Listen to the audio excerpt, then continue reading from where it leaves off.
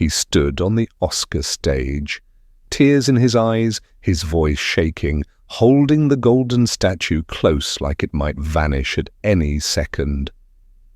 I'm grateful to Darren Aronofsky for throwing me a creative lifeline. This is the honor of a lifetime. The crowd stood, applauded, cheered. Brendan Fraser, the once-forgotten star, had returned, but rewind 20 years. This same man was the undisputed king of adventure films. In The Mummy, he was charming, fearless, magnetic. He swung from ropes, fought monsters, made audiences laugh and cheer. He was Hollywood. He was the man studios wanted, the man fans adored, the man who could do action, comedy, drama, beam, and make it all look effortless. And then somewhere along the way, he disappeared. No scandals, no arrests, no viral meltdowns, just silence.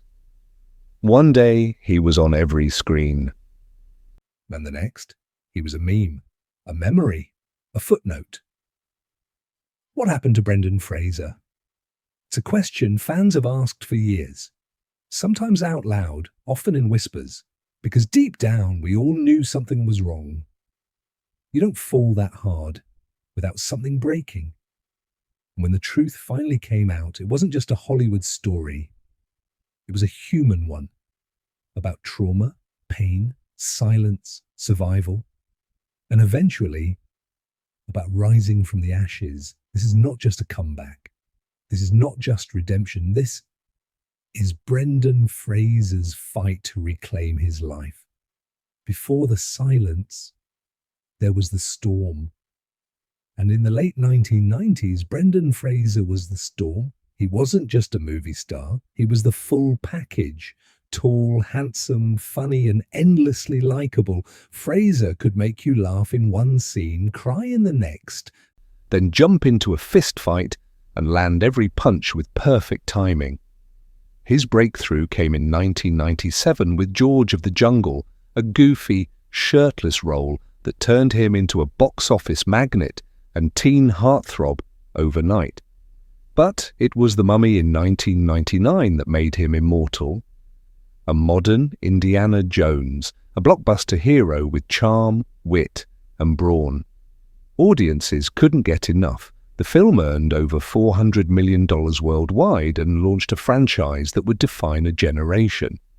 He returned for The Mummy Returns in 2001 and later Tomb of the Dragon Emperor in 2008, each one cementing his status as Hollywood royalty. But Brendan wasn't just an action star.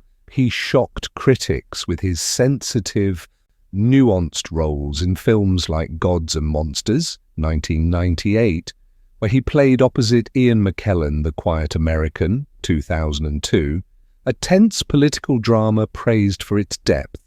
He even voiced beloved characters, starred in light-hearted comedies, and brought empathy to underdog roles that no one else could have made believable.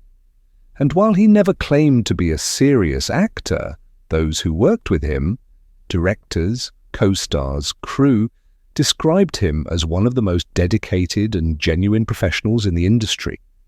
Behind the scenes, he was kind, humble, soft-spoken. On screen, he was a force.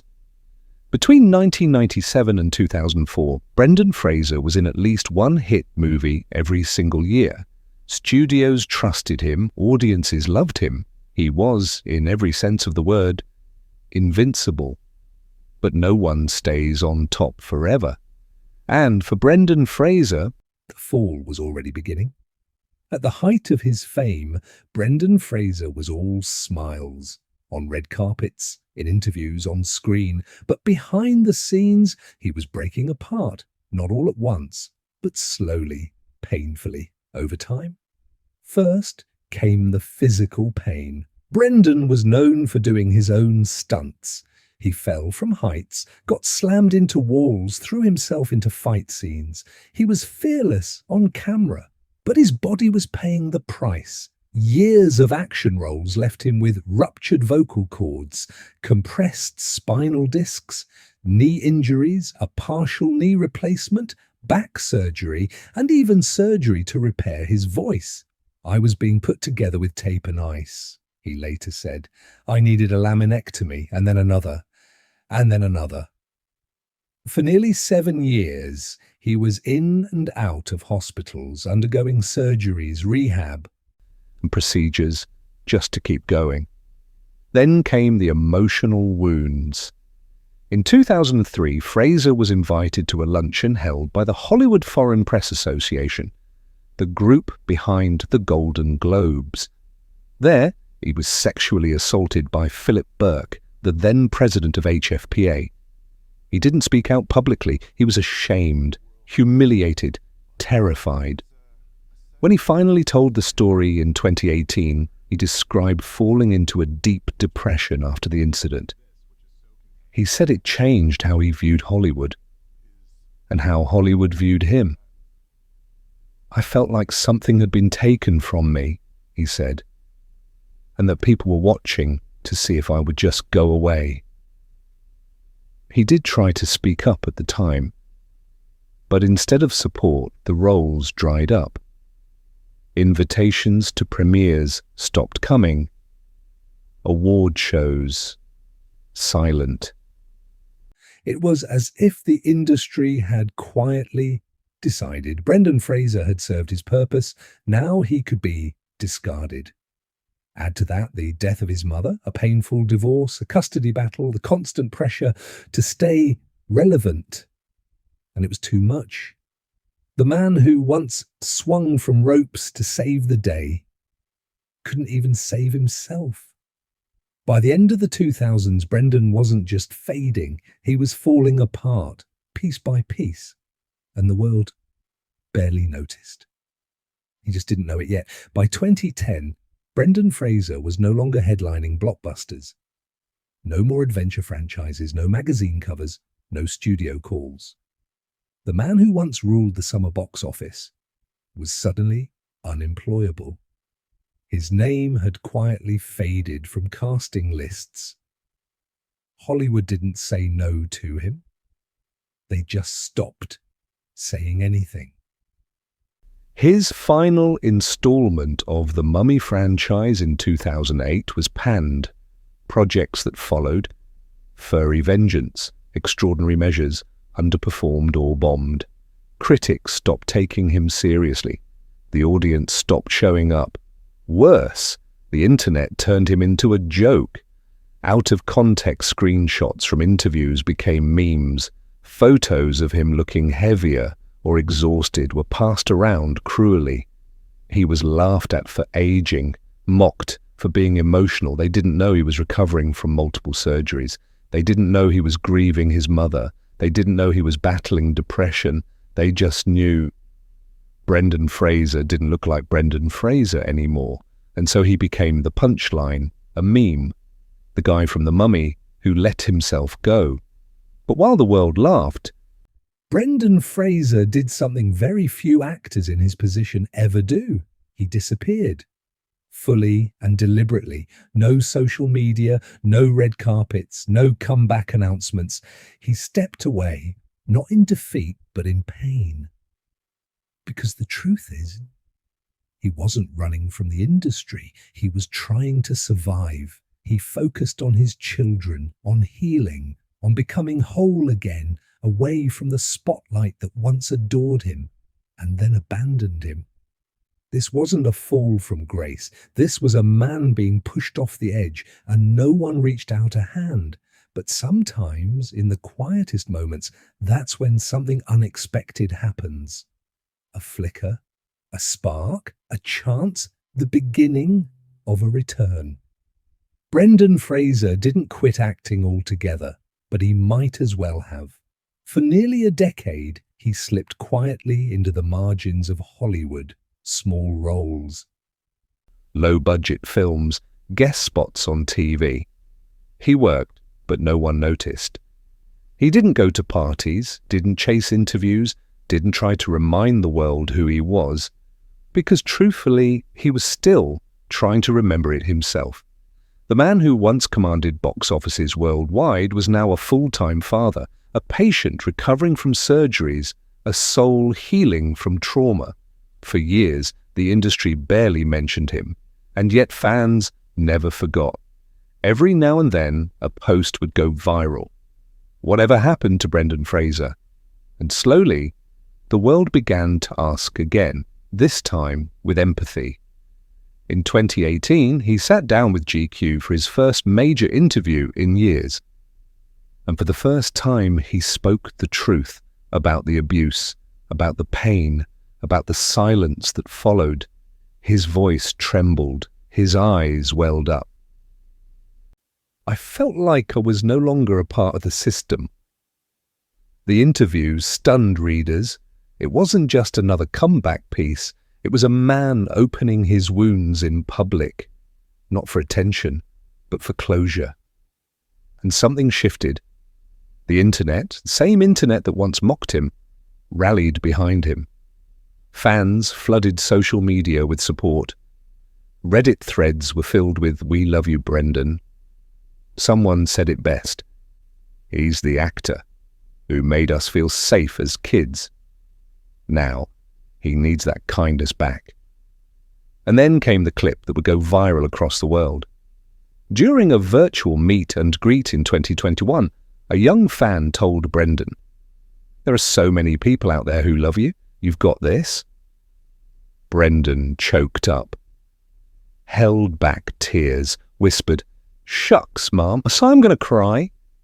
It was a simple moment, but it struck deep. A reminder that behind every fallen star is a human being still waiting to be seen. And for the first time in years, Brendan Fraser was being seen again, not as a meme, not as a memory, but as a man. In 2022, the world met Brendan Fraser again, but this time he wasn't swinging from ropes or running from mummies. He was broken, overweight, fragile, quiet, and unforgettable. In The Whale, he played Charlie, a 600-pound man battling guilt, grief, and the need to reconnect with his daughter before it was too late. It wasn't a role about monsters or magic. It was about being human. And no one could have played it better than Brendan Fraser. Director Darren Aronofsky said he cast Fraser because you just can't fake the kind of soul he has in his eyes. It was a performance of raw pain, of vulnerability, of everything Brendan had been through, channeled into every breath, every glance, every tear. And audiences felt it. The Whale premiered at the Venice Film Festival. When the credits rolled, the theatre erupted in a 6-minute standing ovation. Fraser stood in the crowd, overwhelmed, eyes red, and cried. He tried to smile, tried to wave it off, but the emotion poured out. Because for the first time in nearly 20 years, he wasn't being applauded for a blockbuster, but for himself.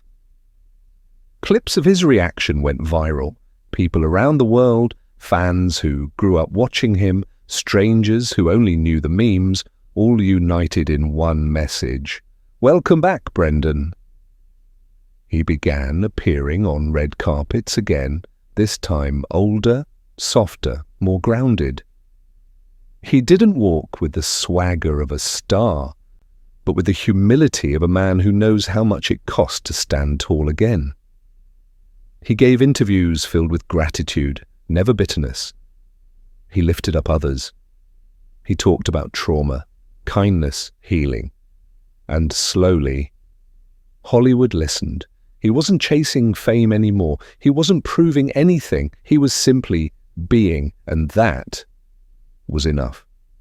The man who once lost everything had found himself again, not in box office numbers, but in something more lasting. On March 12th, 2023, Brendan Fraser stood on stage at the Dolby Theatre. In his trembling hands was the Academy Award for Best Actor. "So this is what the multiverse looks like," he joked, his voice cracking with emotion. And then the words that broke the room.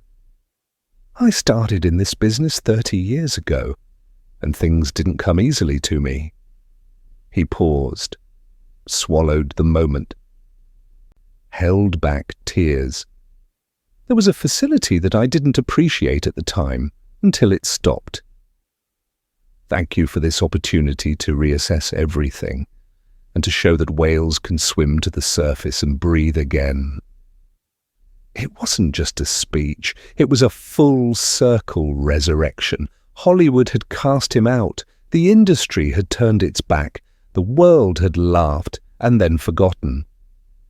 But Brendan Fraser, through pain, through silence, through years of invisibility, never gave up on himself.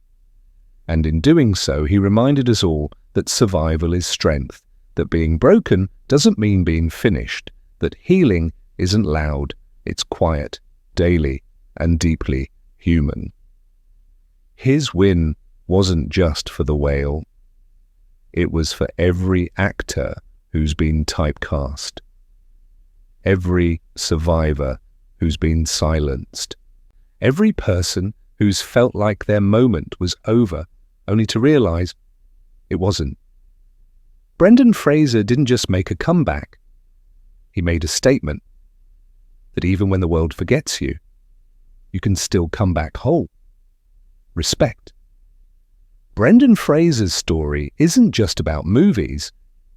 It's not just about awards or fame or even failure. It's about what happens after the fall, when the crowds are gone, when the phones stop ringing, when the world moves on and leaves you behind. It's about the moments in the dark when no one's watching and you still choose to keep going. Fraser didn't claw his way back to prove something. He didn't demand attention. He healed quietly, slowly, gently, until one day he was ready to be seen again. And when he returned, he didn't bring stunts or spectacle. He brought truth, pain, humility, gratitude, and the courage to stand not as a star, but as a survivor. Because real strength isn't in how high you climb, it's in how deeply you fall and still find your way back up. Brendan Fraser reminds us, it's never too late to come back. And sometimes what looks like the end of a career is really just the beginning of a legacy.